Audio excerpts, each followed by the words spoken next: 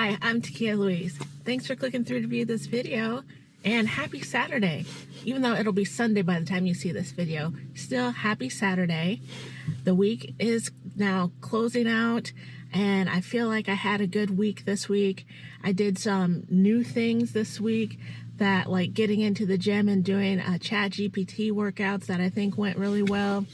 So Sunday I did just walking like my normal routine, and then on Monday what I did was I came in and I did a dumbbell arm workout that went pretty well.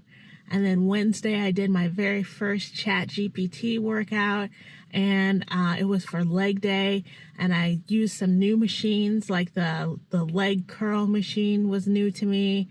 And then also what other machine was new? I'm going to turn my other phone on so I can look at my record of my workout. It's going to take a second to load up. But yeah, the lying leg curl machine was new. You have to lie down on your belly and then curl your legs back up like onto your butt area. And that machine was really tough for me. I thought I had like a stronger lower body. My lower body is definitely stronger than my upper body. I have like little T-Rex arm strength. Like my arms are so weak. But my legs, I thought I had like more power because my legs are bigger and I do a lot of walking. But I was definitely humbled when I got on that lying leg curl machine, because I had got on that machine after doing, and I know the movements are different between pushing and pulling, but I had been on the seated leg press machine, which I had used before, and I was able to push up to 100 pounds, and I was like feeling really strong. And then I came over to the lying leg curl machine, and I was doing like 37.5 pounds, and I do 4 sets. And I think I did, I had to change up from doing 12 reps, like I was doing per set of 4, because I'm going strictly by the ChatGPT thing, and I had to like finagle the numbers to kind of match to what I still wanted to do. But after doing the lying leg curl at like the third set, okay, I film first everything for my long form videos, so 2 sets, and then I do 2 sets for my shorts. So the first 2 sets were fine at 37.5 pounds. When I got to that third set, when I started filming my short, I like halfway through, I did like half a curl, and then I was like, I got exhausted, and then I had to keep struggling to pull it back up. Like I had to literally do the last set like 2 by 2, like 2 reps and then rest, and then 2 reps and then rest. So I think that I'm going to definitely see that machine as something that's going to challenge me. So I'm going to look forward to using it every time so that I can improve and do more reps and consecutive motion.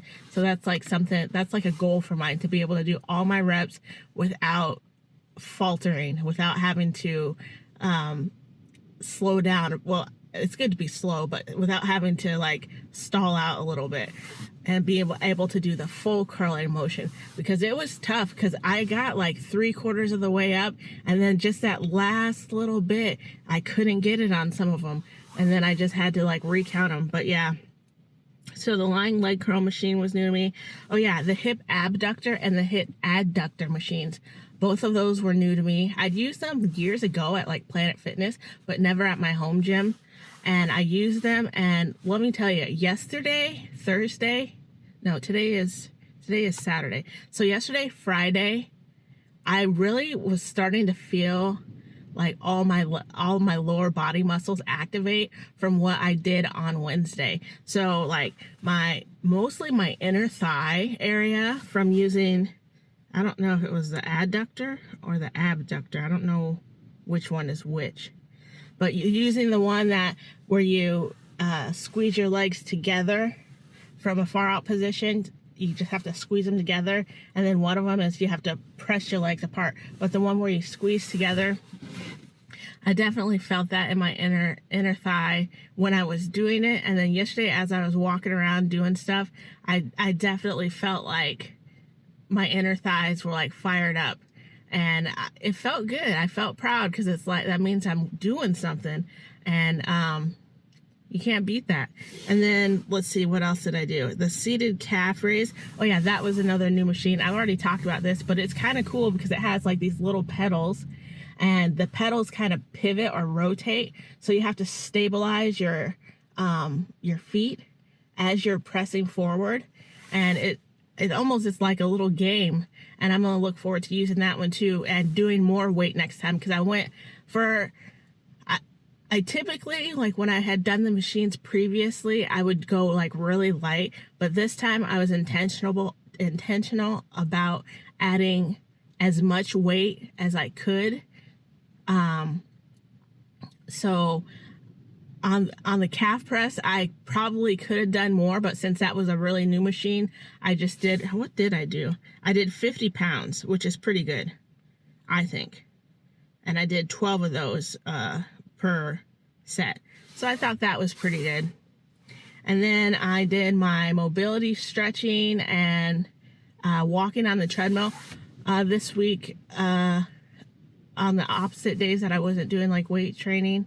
So when I did my mobility training in the room, I just went through the video that I use, and I really like that video. Now that I've done it like a handful of times now, I can kind of anticipate the moves and not have to fully watch her.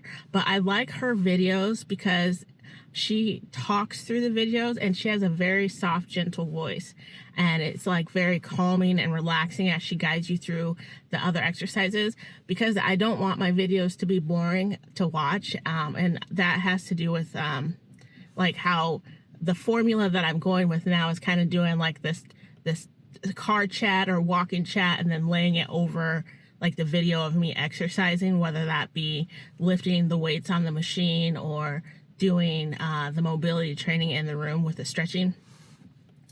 But I don't want it to be too boring, so I'm gonna either start too boring or too repetitive. I mean, I'm doing the same thing every day, and I'm doing it to benefit me, so that I can feel good. And this is like, the videos are just like a byproduct of, hey, I'm doing something and I want to document it, and I want to show people that it's possible, and maybe you guys get some motivation from it too. It's kind of like my thought process when I think about why I make videos. Excuse me, I gotta get a drink.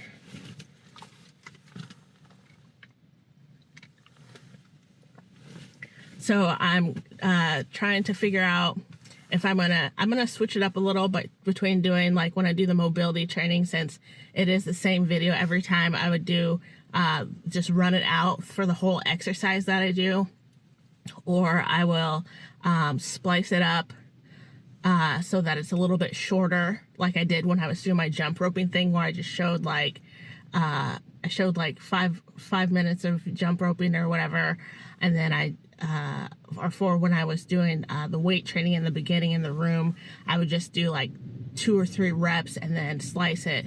So I might slice the mobility training up like that too. But also, why I got on the subject of the mobility training videos, I looked for similar videos. And this is why I like this lady's video so much, because she talks through it and she guides you in a gentle manner. Like, I saw some other mobility training ones where they were just doing the stretches, but they weren't talking. And I think that would be hard for me, because I mean, I'm obviously watching the video as I'm doing it, but now that I'm getting more into it, I kind of can anticipate the moves. But for a brand new video, I feel like I need that like gentle push, that gentle guidance to try to figure out the moves as I go along. So she has a couple other videos that I bookmarked. Like the same lady that I did the video from, the mobility training, was the one of the arm workout that I did on Monday, and her channel seems pretty nice. And I'm gonna look through to see if there's any other like morning mobility type of things. Like a lot of when I was searching mobility stretches, I saw like a lot of what's the word called? Calisthenics, like stretches stuff and like body weight stuff, and that was like kind of extreme. And then I narrowed it down because I kept seeing like morning mobility, and I figured that's like more gentle and more flowy and just like more like right up my alley of what I'm trying to do on the opposite days where I'm not weight training. So I'm going to keep looking through mobility training, mobility stretching, mobility training. I use those terms interchangeably. I think they're the same thing. They seem like it to me. But I'm going to keep looking for that and just use like morning mobility as like the search term going forward. So that's kind of my plan on that. And then let's see. So then Friday, which was yesterday, I got back into the gym and I did my upper body workout, and I don't feel it took 2 days for me to feel sore for my legs when I don't. And so yesterday I did the arm workout, so I haven't felt any soreness yet, but I did 1, 2, 3, 4, 5, 6 machines, and they were all arm, chest, and back. And this is upper body day that ChatGPT served for me, or created for me, custom ChatGPT workout split that I asked for. It's supposed to be upper body, chest, back, arms, and core. But on my app that I'm using to track my my workouts, like the reps and stuff that I'm doing, which I will, after I use it for about a week or so, I will do a review on it and show you guys what I'm doing. So far I like it a lot, but when I track my when I made the exercise that I wanted to do, I had to list out all of the, when I made the training thing in the app for the day that I wanted to build for my exercise, I said upper body, back, chest, and arms, and then I had to list all of the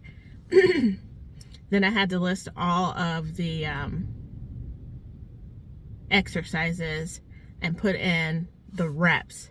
Now when I sat down on the floor after I did my reps, then I put in the weights and then checked it off saying that I completed that set. And I like it. I'll just give you a preview of what it looks like. That's kind of what it looks like. That's what my Friday looked like. That's the app. But I will go more in depth into this app once I use it a little more and try to learn it and figure out the more things that I can do. But I did the machines, and I was supposed to do the ab finisher is what the ChatGPT called it, but somehow I didn't put it in when I listed my upper body. But the cool thing about the app is you can add a set or an exercise as you go along, which I had to add a couple sets to one of my workouts because I forgot to film a certain angle, so I was easily able to add on to that. So you're able to modify it. But I wasn't I guess I wasn't thinking that I didn't put the ab crunch machine in there. And when I was doing these upper body workouts, I said to myself, I think I'm missing something, but I didn't know what it was. And I didn't think to look because I was already filming on this phone, which has the cell service, and then this phone is just like download service and just regular, no internet, no Wi-Fi, no nothing. But so I wasn't able to look up my ChatGPT record. So I just will add it into the thing next time to do the ab crunch machine to finish out the workout as ChatGPT suggested. And I'm going to do these workouts for the foreseeable future until I decide that I need to move on for something. Because a long time ago I read that you should do workouts for a while and then switch them up so your muscles get like they don't get too used to the same thing. And I think maybe I'll do these workouts for like, I don't know, 3 months. So February, March, April. So maybe like in May I'll switch it up. Well, I'm definitely gonna switch up my routine in May, because I'm not going outside walking. It's gonna be too hot and too sunny, and those don't mix for me. Because as you know, I've told you several times, I have a sun allergy. I have to douse myself in sunblock and wear layers in the summer. So I try to avoid being outside as much as possible. But so that probably is going to look like either more treadmill walking every day, or I'm going to hop back on my spin bike.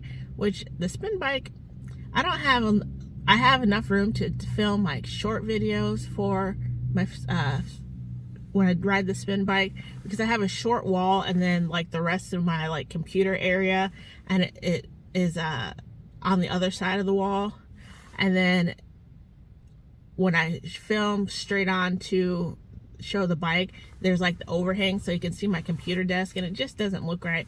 And then if I have to get into a different angle to do it kind of like slanted, it just doesn't look right. But for long form videos, for wide videos, but I'll figure it out, because I spent money on it and I need to use that bike. It's a really good workout. Spin bikes are really good workouts, and I kind of miss riding it. But pretty much all the exercise that I do now, I document it. Everything I do for exercise, I've been documenting it. So I'm going to keep doing that. And on that note, this video is getting a little bit long, but thank you for watching. Please comment, like, and subscribe. Anything you do is greatly appreciated. Remember to be a good human, and until the next video, take care.